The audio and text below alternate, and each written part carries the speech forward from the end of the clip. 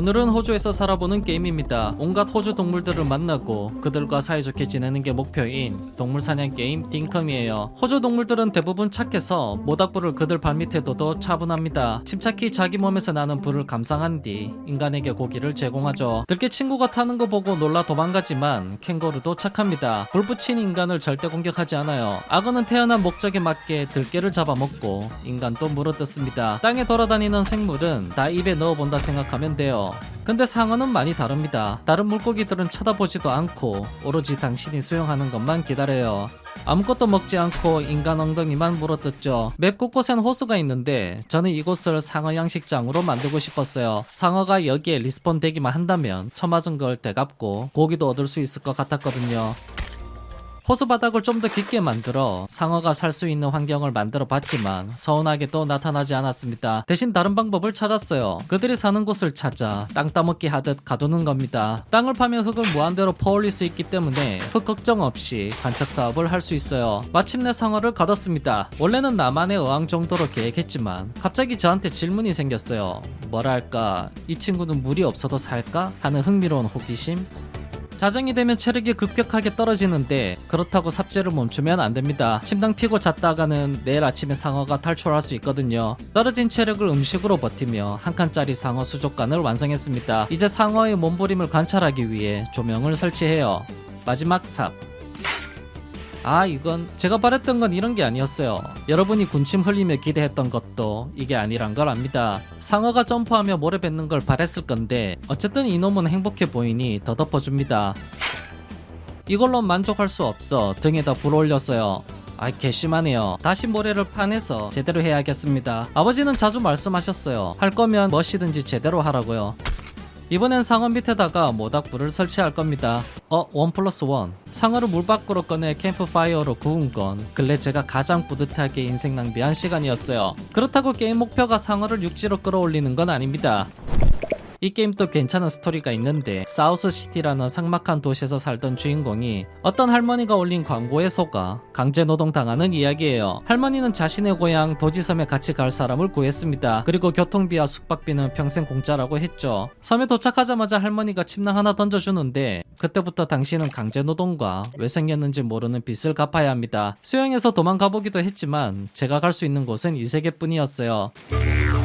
도망갈 수 없는 섬에서 여러분이 해야 하는 건 할머니 잔소리 들으며 시키는 거 하는 겁니다. 할머니가 주는 메인 미션은 마을을 발전시키고 여기에 정착할 사람을 꼬셔라입니다. 주민이 될 사람들은 고대 유물 CD를 광적으로 수집하는 프랭클린, 밀가루 농사꾼 레인, 가장 도움되는 상점 아저씨 존, 그 외 여러 명이 있어요. 주민들한테 불만이 한 가지 있다면 너무 돌아다닌다는 겁니다. 장사는 안 하고 자꾸 일광욕해요. 그래서 집 앞을 팠습니다. 2층 깊이로 땅을 파면 주민들이 밖을 못 나와 편하게 거래할 수 있거든요. 좀 더 확실하게 하기 위해 악어를 데리고 왔습니다. 불행히도 악어는 계속 탈출했어요. 농사꾼 집 앞 구덩이에도 유인해봤는데 악어는 집 지키기 싫어했습니다. 일하기 싫으면 맞아야죠.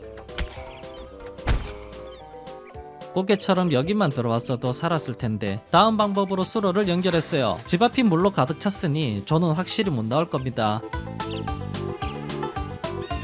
박물관도 막고 할머니 집도 막고 할머니한텐 효과가 좋아요. 입구를 막아버리면 거의 하루 종일 갇혀있게 됩니다. 할머니, 그러게 왜 저한테 사기쳤어요? 이렇게 마을 주민을 가둬 물고기 잡고 퀘스트도 수월해졌어요. 주민이 늘어날수록 퀘스트와 할 거리는 많아집니다. 먼저 사냥은 생존과 직결되는 것으로 다양한 고기를 구워 먹게 해줘요. 제가 주로 사용한 사냥법은 모닥불입니다. 모닥불을 5개 이상 만들어 들깨 발밑에 두었어요. 딩고라는 호주산 들깨를 무기로 때리면 반격하지만 모닥불로 찢으면 따뜻함을 즐깁니다. 무기를 만들어 동물을 좁혀도 되는데 모닥불보다 훨씬 강력할 뿐이지 감성이 없어요. 라이브 시청자들은 그 감성을 이해 못했습니다. 왜 무기를 안 만드냐고 질문을 했죠. 저는 단지 마법을 쓰고 싶었고 마법이 없는 게임에서 모닥불이 유일한 불속성 공격이었습니다. 게다가 선제 공격 없는 동물한테 어그로 끌지 않는 마법이기도 하고요. 단순히 다 탈 때까지 기다리기만 하면 되죠. 단점은 물 근처에서 사용하기 힘듭니다. 불붙은 동물들이 곧잘 물에 들어가거든요. 공격 성향인 동물은 미리 설치한 모닥불로 유인해서 조지고 그들의 비싼 전리품을 팔면 됩니다. 보스 잡는데도 나름 유용해요. 두 종류의 보스 중에 툭하면 낮잠 자는 놈이 있는데 자고 있을 때 불 깔아주면 좋습니다. 불 데미지는 때리는 공격이 아니라 몬스터가 깨지 않고 잘 타요. 실수로 내 몸에 불이 붙었다고 흥분하지 마시고 조용히 계속 구우세요. 제 경험에 따르면 머리에다가 불 붙이면 조집니다. 멧돼지가 갑자기 발광한 채 쫓아오며 그때 모닥불보다 무기를 들어야 할 거예요. 동물 태우다 갑자기 든 생각 하나는 왜 앙컷 캥거루는 항상 고기 2개 주는지였습니다. 이에 시청자 한 분이 이유를 말씀해 주셨는데 앙컷 캥거루는 배에 주머니가 있어서 그렇다고 했어요. 배에 주머니. 이제 죄책감 적게 드는 덫을 알아보겠습니다. 마침 집 뒤에 동물 무덤이 있었는데 이곳에 동물이 자주 모여 덫을 대량으로 설치했어요. 덫 한두 개론 잡을 확률이 낮을 거라 보고 여러 개 만들었습니다. 동물들도 다리 건너는 걸 좋아하는 덕분에 다리 입구에 설치하는 건 탁월한 선택이에요. 덫에 걸린 동물 사용법은 망치로 좁혀서 고기로 만들던가 덫 위에다가 모닥불을 올려 바비큐 하면 됩니다. 주민들이 드럼스틱이라는 통다리를 광적으로 좋아해서 마을 게시판 퀘스트로 많이 부탁합니다. 이때 덫에 걸린 새를 하나하나 구우세요.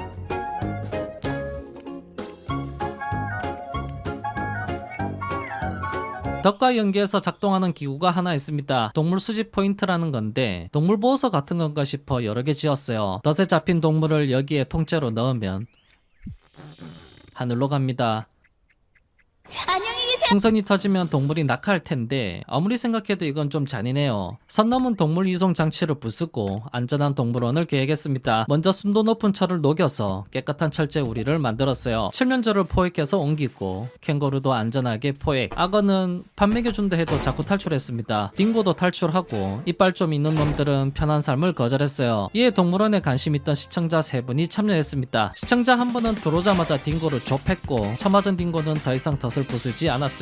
이때부터 사람들은 동물들을 좁혀서 철장에 넣었습니다. 수륙 양용 포식자 악어, 아주 난폭한 화식조. 시청자들이 열심히 빠따 휘두르며 이송한 결과 멋진 동물원이 완성됐어요. 그들의 집요한 사랑으로 동물들은 안전한 철장에 갇혀 평생을 보냅니다. 저는 시청자의 밀렵 정신을 이어받아 계속해서 동물원을 확장했어요. 옆에 닭장과 울타리도 만들면서요. 채광은 여러 탈 것들과 장비를 만드는데 필요합니다. 돌을 캐면 그 돌을 갈아서 시멘트 만들고 주석이나 구리, 철을 녹여 주요 자원을 확보해요. 지하 채굴장을 사용하면 발광하는 악어와 귀찮은 박쥐를 만납니다. 대신 한 번에 많은 주요 자원을 채취할 수 있죠. 채굴장을 파티로 간다면 한 명은 불만 밝혀줘도 좋아요. 초등학교 때 순수한 마음으로 했던 곤충 채집을 또 하긴 힘듭니다. 삶이 복잡해진 지금엔 이득이 없는 일에 손이 안 가요. 하지만 이 마을엔 박물관이 있습니다. 새로운 곤충이나 물고기를 잡았다면 그들의 감옥인 박물관에 주세요. 박물관장 테오가 많은 특성 포인트를 줍니다. 특성 포인트로 인벤토리를 늘리거나 여러가지 기술을 얻을 수 있어요. 난 곤충을 사랑해, 포인트 따윈 필요 없어 하신다면 곤충을 풀어줘도 됩니다. 나비가 날아가듯이 특성 포인트도 날아갈 거예요. 보물찾기도 어른이 된 지금 하기엔 돈이 됩니다. 보석을 상점에 가서 저울에 올리면 아저씨가 보석 무게에 따라 후하게 쳐줘요. 그럼에도 보물찾기는 돈보다 재료 수집에 가깝습니다. 금속 던지기는 전자부품 위치를 찾아주고 그건 나중에 탈 것이나 도구를 만드는 데 쓰기 때문이에요. CD는 모았다가 프랭클린한테 주는 게 좋습니다. 프랭클린이 CD를 많이 챙길수록 제트스키, 오토바이, 잔디깎기 등 여러 고급 제품을 만들 수 있거든요. 보물찾기에 필요한 도구는 삽인데 삽은 땅을 파거나 고르게 합니다. 삽질로 할 수 있는 것 중 하나는 조이를 표하는 거예요. 한 시청자 집을 방문했을 때였습니다. 그녀는 닭장을 운영하고 있었고 저는 닭알을 훔쳤어요. 여기까진 괜찮아요. 열심히 농사일을 도와준 뒤 일당 받고 나가려 할 때 닭이 없어졌습니다. 사람들은 왜 남의 닭을 조지냐고 꾸짖었고 저는 진짜 범인을 찾았어요. 악어가 닭을 깨물은 거였죠. 해야 할 일은 해야 했기에 닭의 시체를 조심히 챙긴 뒤 빠르게 닭장으로 돌아왔습니다. 그리고 닭을 애도하기 위해 묻어줬죠. 그걸 본 시청자는 저를 묻으려고 했고요. 낚시는 돈 벌기용입니다. 잡은 물고기로 요리해보려고 했지만 주인공이 회 뜰 줄 몰라 먹을 수가 없어요. 물고기가 보이는 곳에 찌를 던진 뒤 찌가 격하게 흔들릴 때 클릭하면 낚아집니다. 발광하는 물고기가 차분해지면 당기세요. 잡은 물고기는 박물관장한테 기부해서 포인트를 얻거나 존 아저씨한테 팔면 됩니다. 북쪽 바다에 알려지지 않은 물고기가 출몰했다고 익명의 편지를 받은 적 있어요. 저는 바로 산호초 옆에 땅 파서 섬을 만들고 몇 날 며칠을 낚시했는데 그놈의 미스테리 피쉬를 못 봤습니다. 그래도 덕분에 수족관 만들 정도의 고기를 잡아서 동물원 옆에 수족관을 오픈했어요. 낚시를 하든 삽질을 하든 모든 작업엔 에너지가 필요합니다. 에너지 충당을 위해 요리를 먹어야 하는데 가장 효율 좋은 건 과일 샐러드예요. 과일 샐러드에 필요한 재료는 라임, 사과, 바나나, 황동 4가지로 시청자 한 분의 집에 가서 그 4가지 과일 씨앗을 훔쳤습니다. 과수원 만드는 건 아주 직관적이에요. 땅을 판 다음 사과를 칸에 맞게 던집니다. 흙으로 사과를 덮어요. 과일나무는 물 줄 필요 없이 가만히 놔두면 됩니다. 바나나를 구덩이에 던지고 덮어요. 과수원 농장이 완성됐습니다. 여기서 나는 과일로 샐러드를 만들어 에너지 부족함 없이 노동했어요. 이제 농사를 살펴보겠습니다. 레인이라는 농부한테 씨앗을 구한 뒤 호미로 밭을 일구고 밀을 심어요. 옆에는 콩을 심고 물을 줘요. 과수원이랑 다르게 밭에는 매일 물을 줘야 합니다. 근데 물을 다 줬을 때 굳이 이 짓을 할 필요가 없다는 걸 깨달았어요. 삽으로 밭대기를 다 갈아 엎은 뒤 땅을 깊게 팠습니다. 파낸 땅에다가 호미질을 하고 아까보다 훨씬 크게 밭을 일궜어요. 밀과 콩을 빠르게 심은 뒤 여기다 수로를 연결할 계획입니다. 여기 한 블럭만 퍼내면 밀과 콩을 수경 재배할 수 있어요.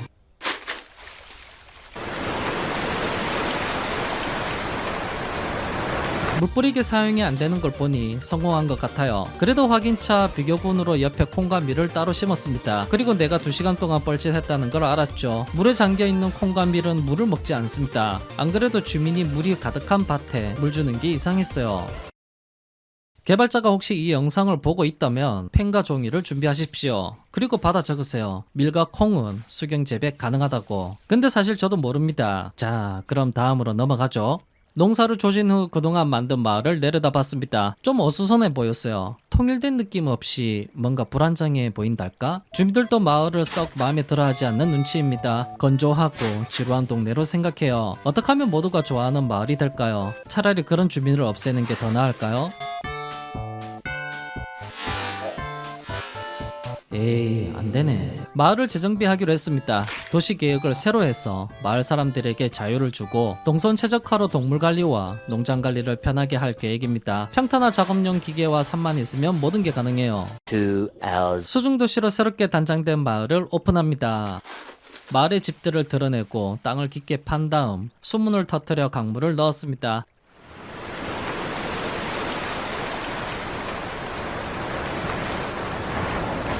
덥고 답답했던 동물원은 시원하고 촉촉한 환경으로 바뀌었어요. 1층 애들은 물을 좀 많이 마시겠지만 제일 시원한 곳입니다. 닭도 새로운 환경을 즐기고 동네 사슴도 친구 면회하러 왔네요. 마을 안에서 사용하려고 준비해둔 보트인데 정작 보트에 물이 들어가서 작동이 안됩니다. 보트를 부셔서 상자로 만든 다음 다시 설치해야 돼요. 마을 안에서 이동 속도는 이것으로 최대치가 됐고 악어의 이동 속도도 최대치입니다. 주민들은 도망가지만 돈 되는 악어가 마을 안으로 들어온 건 이득이에요. 대신 닭을 잡아먹습니다. 스크램블 해먹긴 글렀네요. 보트로 악어 밀어버리는 건 안되지만 낮잠은 잘 수 있습니다. 낚시요? 이제 집에서 하세요. 은행장님, 새로운 마을 어떤가요? 안녕하세요. 농사꾼 레인님. 수영 잘하시네요. 할머니, 제가 마을을 조져놨어요. 이번엔 보스를 익사시킬 겁니다. 미리 작업한 함정에 유인한 뒤 재빠르게 둑을 열었어요. 헤엄치는 법이 프로그래밍 되지 않은 보스는 가만히 멈춰 있을 테고 그때 편하게 두드려 팰 거예요. 마을에 상어도 있으면 좋을 것 같아 지금 4층 깊이의 땅을 파고 있습니다. 바닷물을 집어넣고 이제 기다리면 상어가 없더라도 최고의 어장이 되겠죠. 해초도 자라지 않는 죽은 바다가 됐습니다. 헬리콥터는 최종 테크 탈 것인데 빠르게 이동하는 것 뿐만 아니라 악어 대가리에도 착륙할 수 있습니다.